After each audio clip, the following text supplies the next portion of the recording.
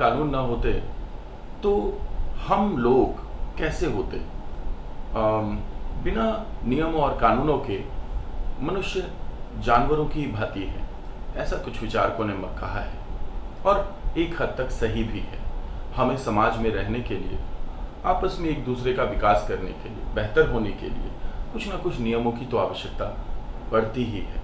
आज इन्हीं नियमों की बात करेंगे। मैं दीपक कुमार शर्मा। चलिए शुरुआत करते हैं। संविधान क्या है? तो मूल जो टॉपिक है आज का वो है संविधान। आप लोग ये तो जानते ही होंगे कि भारत का जो संविधान है वो सबसे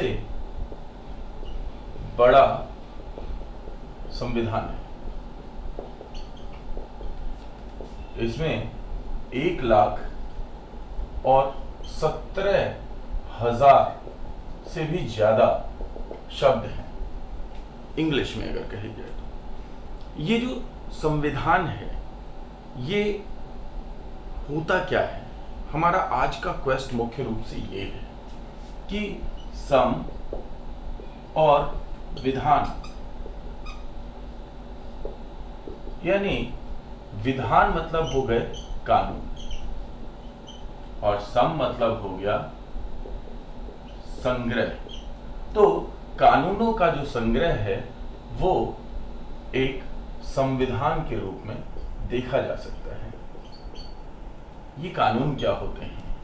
कानून लॉ होते हैं जो किसी भी तंत्र को चलाने के लिए लागू होते हैं। ये एक पुरानी लैंग्वेज है, लैटिन लैंग्वेज, वहां से आया है जिसमें एक शब्द होता है लैग, और उसका अर्थ होता है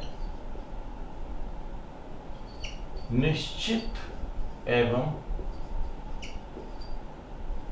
स्पष्ट। तो कानून वो होते हैं जो सदैव निश्चित और स्पष्ट होते हैं। इन्हीं कानूनों को एक जगह संग्रहित करके और संविधान बनाया जाता है। ये जो संविधान है या जो कॉन्स्टिट्यूशन है, इंग्लिश में संविधान को कॉन्स्टिट्यूशन कहते हैं, कॉन्स्टिट्यूशन है, इसकी रूपरेखा कब से चालू हुई? अनंत काल से हमेशा व्यक्ति को कानूनों की आवश्यकता पड़ी है।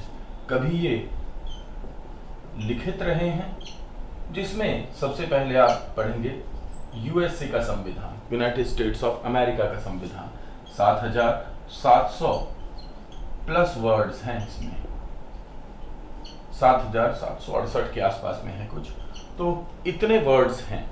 ये यूएसए में 1787 में बनना चालू हुआ था और 1789 में बनकर के तैयार हुआ था पहला रिटन कॉन्स्टिट्यूशन। और कॉन्स्टिट्यूशन अनरिटन भी हो सकते हैं, यानी अलिखित। जैसे इजराइल का संविधान या फिर न्यूजीलैंड का संविधान या फिर ब्रिटेन यानी यूके का संविधान, और इसके अलावा कनाडा का संविधान,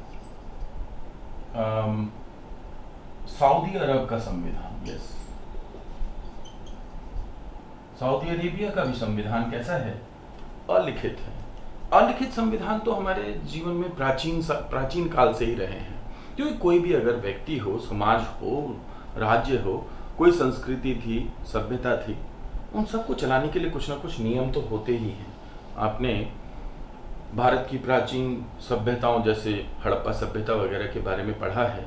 वहाँ पे जो घर बनाए जाते थे, तौर तरीके थे, वो बड़े नुआंस्ड थे, निर्धारित थे, निश्चित थे, स्पष्ट थे।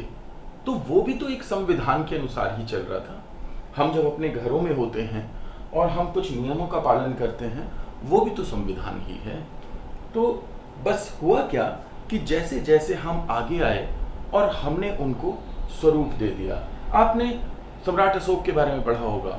उन्होंने अपने वृहद शिलालेख और स्मॉल शिलालेख और इसके अलावा अन्य लेख जारी किए, ये क्या थे? ये भी तो संविधान ही था, उसमें घोषणाएं ही तो लिखी हुई हैं कि हमें क्या करना है और क्या नहीं करना। बस ये समझने वाली बात है कि ये जो संविधान होता है ये व्यक्ति के लिए नियम बनाए जाते हैं सरकार द्वारा, या सरकार के लिए नियम बनाए जाते हैं व्यक्ति के द्वारा। तो मिसकॉन्सेप्शन है कि सरकार के नियम हैं। वैसे तो अगर आप देखें कि भारत का संविधान,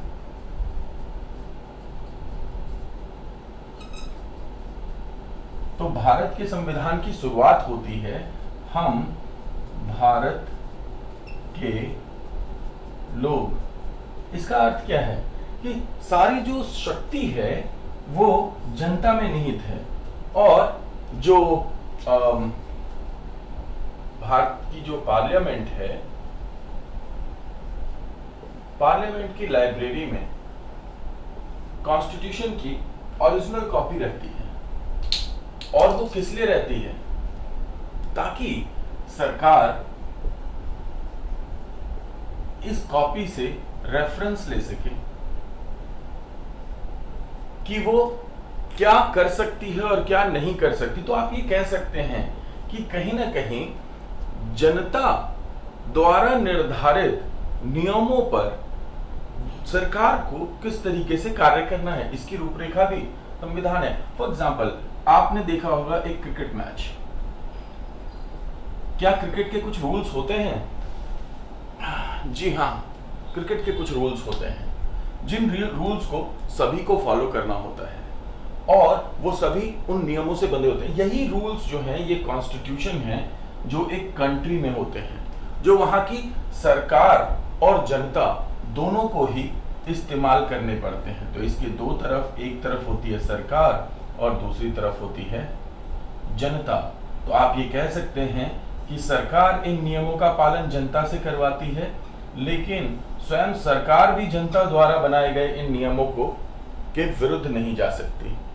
दुनिया का सबसे छोटा जो कॉन्स्टिट्यूशन है, सबसे शॉर्टेस्ट कॉन्स्टिट्यूशन, वो वेटिकन सिटी का है। सबसे छोटा कॉन्स्टिट्यूशन वेटिकन सिटी का है। वेटिकन सिटी जो पोप का शहर है, और ये लगभग 1962 के आसपास बना था ये कॉन्स्टिट्यूशन। और इस कॉन्स्टिट्यूशन में भी नियम वही दिए गए हैं जो सभी के लिए हैं।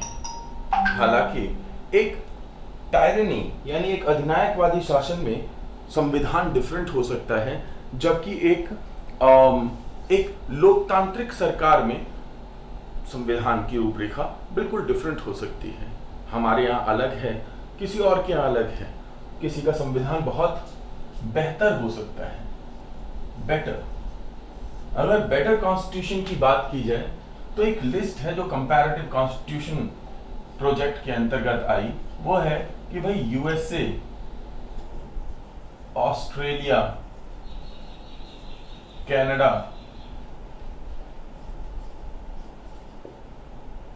ब्रिटेन,